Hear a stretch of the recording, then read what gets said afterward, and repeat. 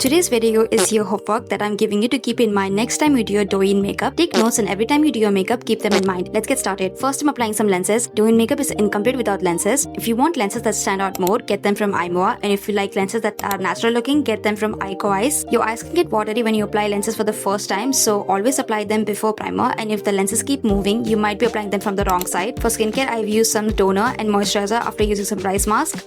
First step in the makeup is the primer, and take the product in your hand if you have any active breakout. Don't use a lot of product for the primer or it might peel off your foundation. Now apply the product in this direction. If you have any acne or shaving your face can activate the acne and cause redness, so this is the best way to lay your facial hair down. So now the face is well prepped for the base. For foundation, I'm using this product from Forever 21. This foundation is kind of expensive but it works really well. Rule number 1. Full bead matte base. You need all the coverage for this. Today I have another technique for people with open pores or acne scars or have areas that creases a lot. You apply the foundation in the complete opposite direction of the way we did the primer. This goes in the opposite direction of the pores, but it won't clog your pores since we are applying with our fingers lightly. Don't rub it in. Since I've been practicing for this video a lot, I wanted to see how I could make the pores and chin area look better in real life.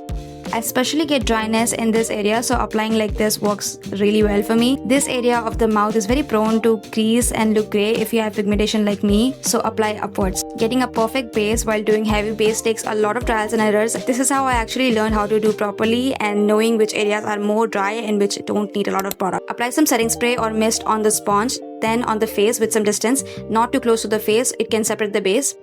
Apply the foundation in that direction and don't dab too hard or the blender is going to eat your foundation. If you have acne areas, use a flat brush to apply on that specific area in the opposite direction and only blend the outside parts of the breakout and blend very lightly on the breakout.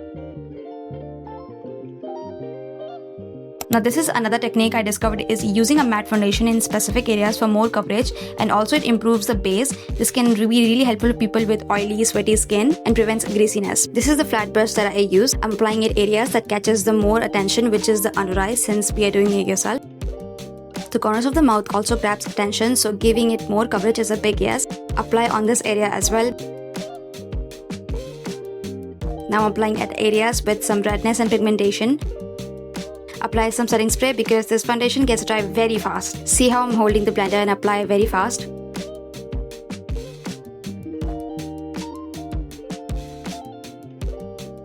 Rule number 2, the base has to be dimensional, which means the inner corners should brighten up the face so it gives more depth to the makeup, which concealer comes and help with.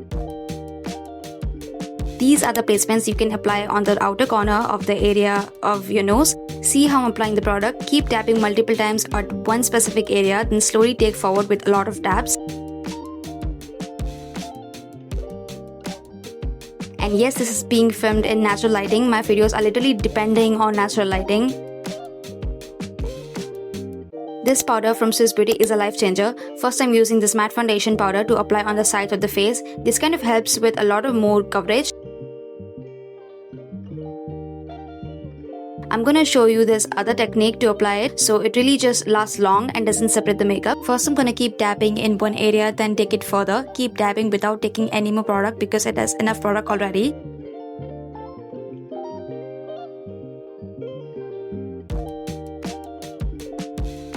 These are the placements that can lift up the face and also give a filter-like effect to the face. I'm using this product from Huda Beauty, but this is actually a dupe you can find certainly everywhere these days. See how I'm taking the product from the palette. Also, this brush is from Mars Cosmetics. This is a shimmer pot eyeshadow brush. This shade is going to be a base shade for the under eye. Now, you kind of mix these 3 shades to apply at the ends of the under eye. I kind of take this in the upward direction. Now I'm using this shade. This brush is a flat brush that I'm going to use on the ends of the under eye.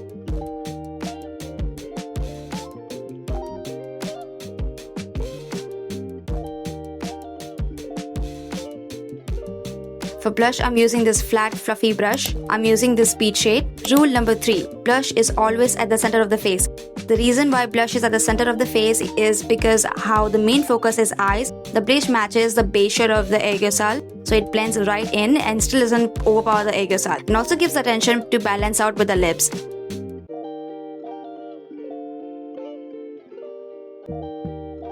This is such an important makeup brush for aerosol. I'm using that warm red shade that we use for the corner of the eye for the aerosol.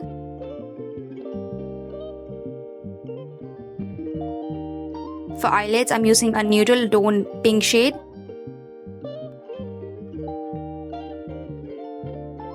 For the corner of the eyes, I'm using an eyebrow palette. I think they are more pigmented and last longer. You can do the brown shade very lightly to create more dramatic shadow. Now I'm using a beige shade.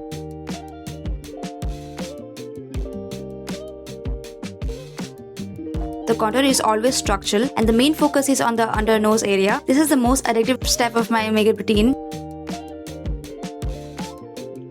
For this step, use less product. This is how it should look like. For eyeliner, use an eyeshadow that starts from the end of the eye. You can do that cat eye wing. I have a video on that, which is cat petty makeup. For eyebrows, I'm using contour with foundation and some pink matte lipstick. This looks really good when you are using like wig or coloring your hair in a different shade. For shimmer, I'm using an eyeshadow pot from Mars. I'm applying the product on certain points of the face.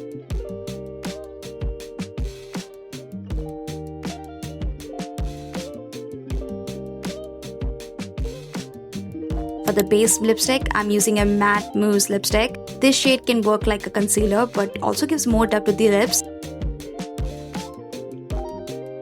With the brush, I'm blending the outline so it looks more blurred. When you want to do overline, blurring the edges can look more better than overlining completely. Now I'm using a darker shade for the inner sides of the lips.